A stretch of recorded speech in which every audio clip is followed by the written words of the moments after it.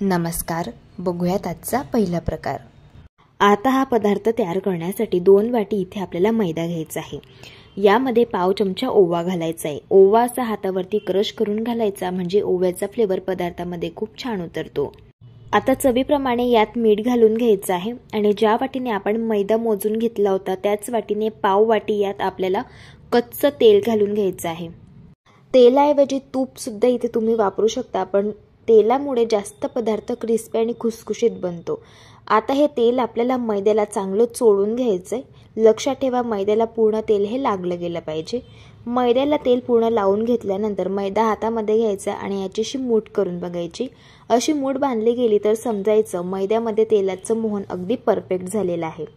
आता या मैद्यामध्ये थोडं थोडं पाणी घालायचंय आणि याचा आपल्याला अगदी घट्ट गोळा मळून घ्यायचा आहे। लक्षात ठेवा, आपण पुरीसाठी पीठ मळून घेतो ना, तर त्यापेक्षाही आपल्याला पीठ हे घट्ट मळून घ्यायचे, कारण इथे आपल्याला क्रिस्पी आणि खुसखुशीत समोसे बनवायचे आहे।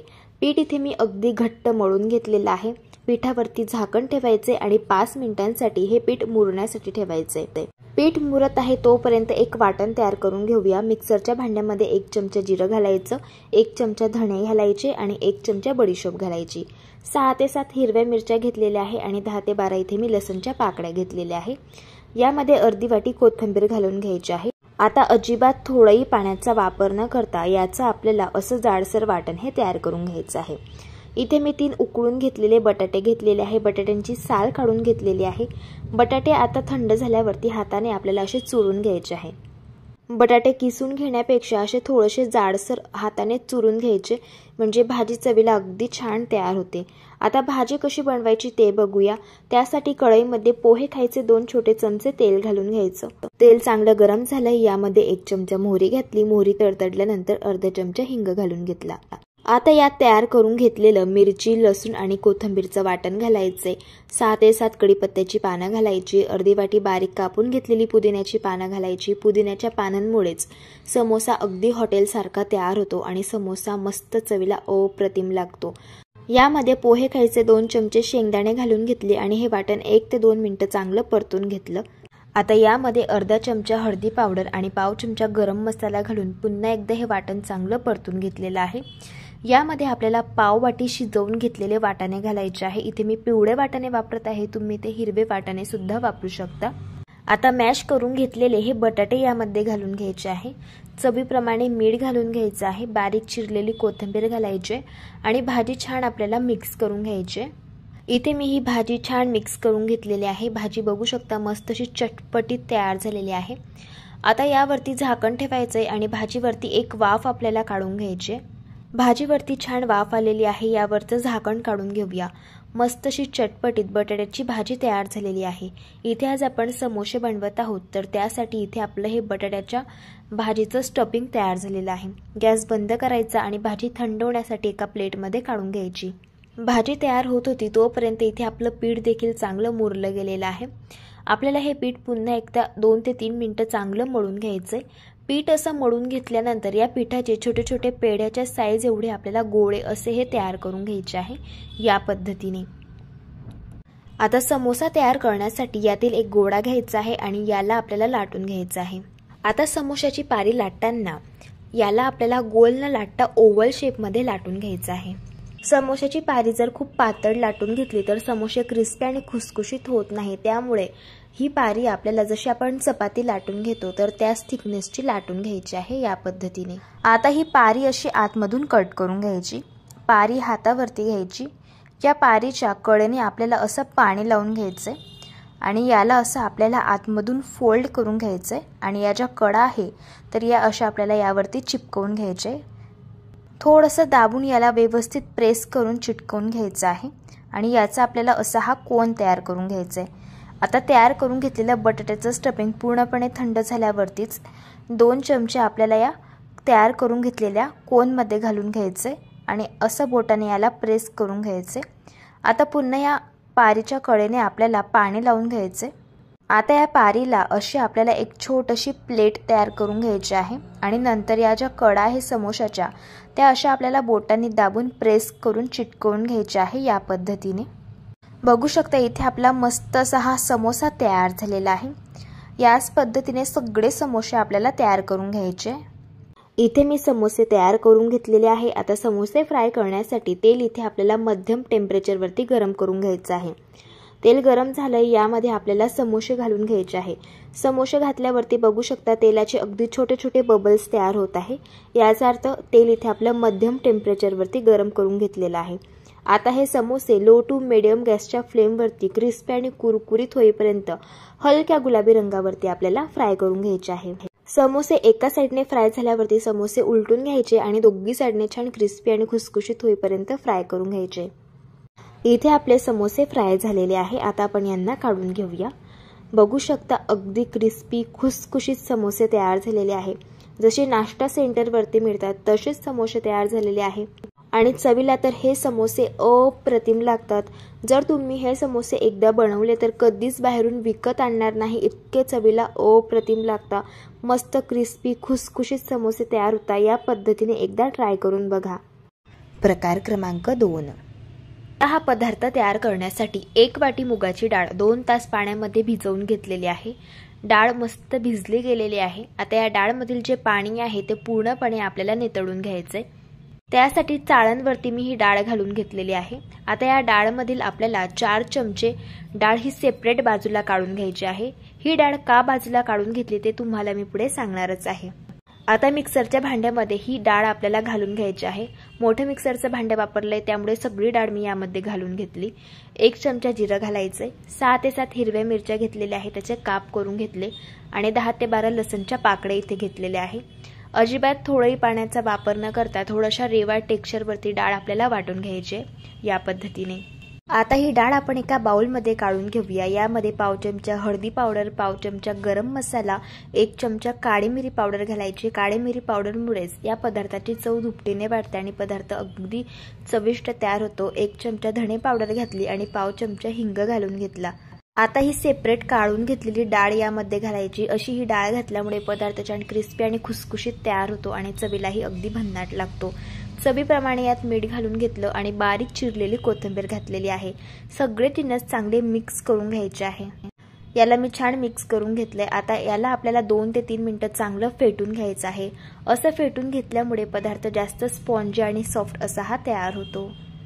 याला मी चांगलं फेटून घेतलेलं आहे। इथे आपण मुगाची क्रिस्पी आणि खुसखुशीत भजी तयार करत आहोत, तर इथे आपलं हे मिश्रण तयार झालेलं आहे। आता भजी तयार करण्यासाठी इथे मी तेल गरम करून घेतलंय। थोडंसं मिश्रण हातामध्ये घ्यायचंय आणि ही भजी आपल्याला तेलामध्ये घालून घ्यायची। भजी मस्त क्रिस्पी आणि खुसखुशीत होईपर्यंत हलक्या गुलाबी रंगावरती छान फ्राय करून घ्यायची। भजी एका साइडने फ्राय झाल्यावरती भजी उलटून घ्यायची आणि दोन्ही साइडने मस्त क्रिस्पी आणि खुसखुशीत होईपर्यंत फ्राय करून घ्यायची। इथे मी ही भजी मस्त क्रिस्पी आणि खुसखुशीत होईपर्यंत फ्राय करून घेतलेली आहे। आता आपण यांना काढून घेऊया। बघू शकता भजीला मस्त रंग आलेला आहे। भजी मस्त क्रिस्पी आणि खुसखुशीत दिसत आहे। जशी नाश्ता सेंटरवरती मिळतात तशीच भजी तयार झालेली आहे। दिसायला एवढी सुंदर दिसतात त्यापेक्षा चवीला अप्रतिम लागतात। याच पद्धतीने सर्व बॅटर पासून मी भजी तयार करून घेतलेली आहे।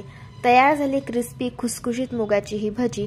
बाहेरून मस्त क्रिस्पी खुसखुशीत बनते आणि आतून स्पॉन्जी आणि सॉफ्ट तयार होते। या पद्धतीने ट्राय करून बघा।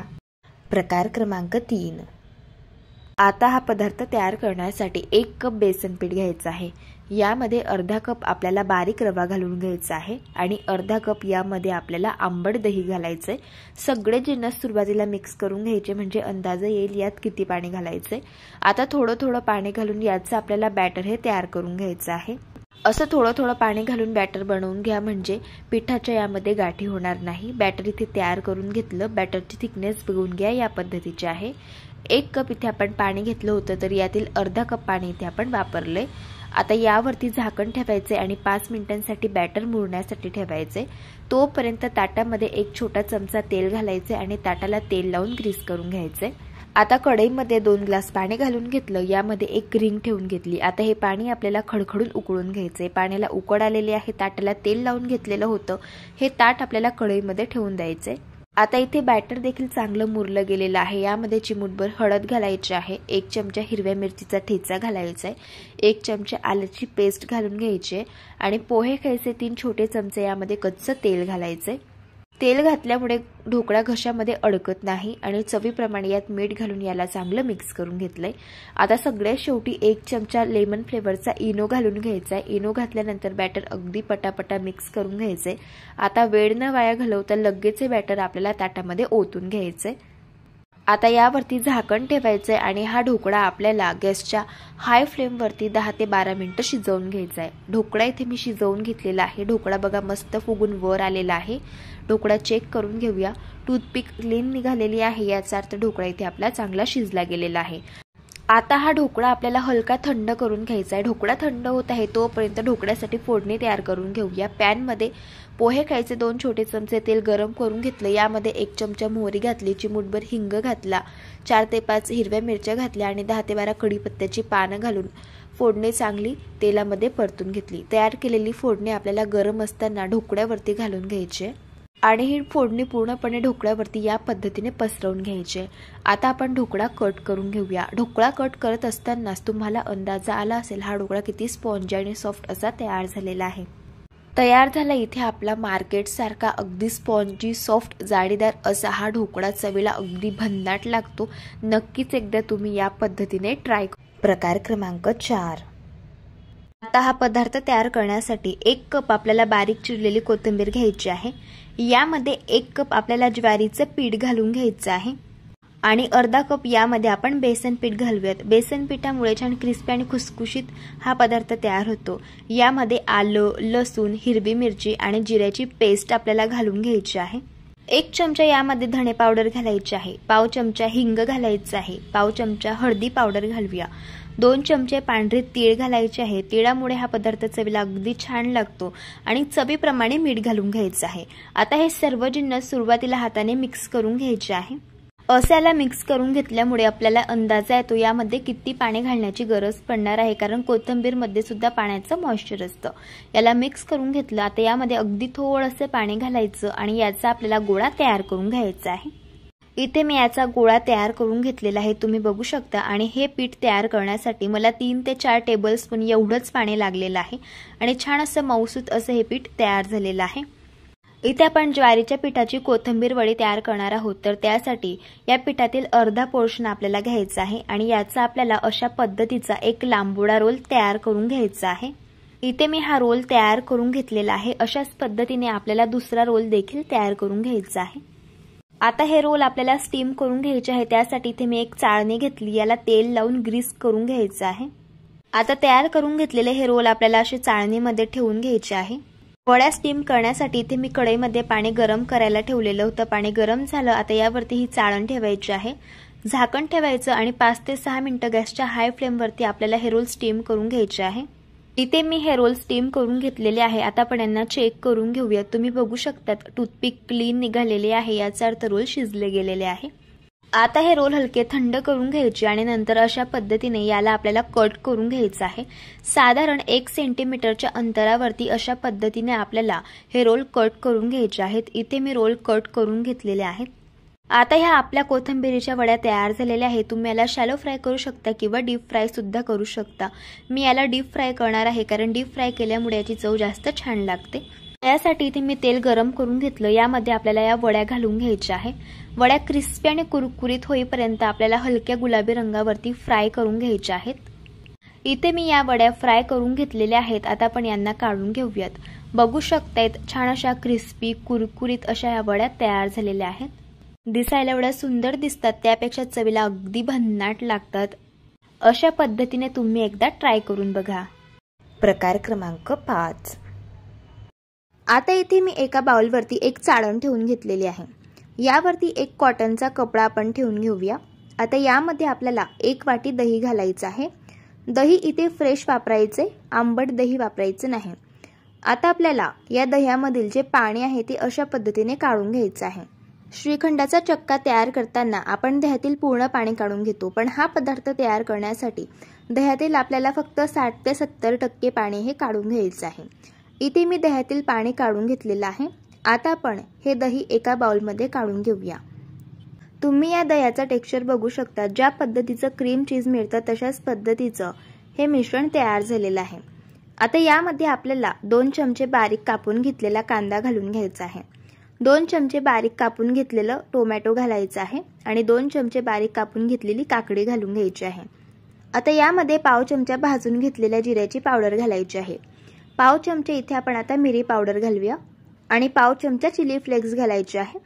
चवीप्रमाणे सगळ्या शेवटी मीठ घालून घेऊया आणि याला छान मिक्स करून घेऊया। इथे आपलं हे दह्याचं मिश्रण तयार झालेलं आहे।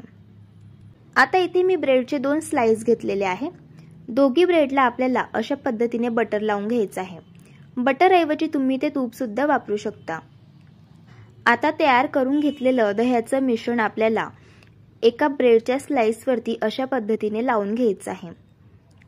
असं हे दह्याचं मिश्रण ब्रेड वरती लावून घेतल्यानंतर ब्रेडची दुसरी स्लाइस यावरती ठेवून घ्यायची आहे आणि हाताने थोडंसं प्रेस करून घ्यायचं आहे।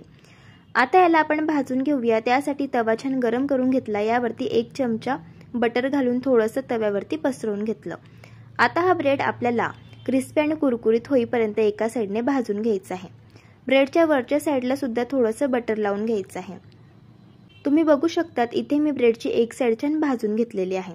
अशाच पद्धतीने ब्रेडची दुसरी साइड सुद्धा भाजून घेतली। आता आपण हे सँडविच काढून घेऊया। हे सँडविच आपल्याला अशा पद्धतीने कट करून घ्यायचं आहे।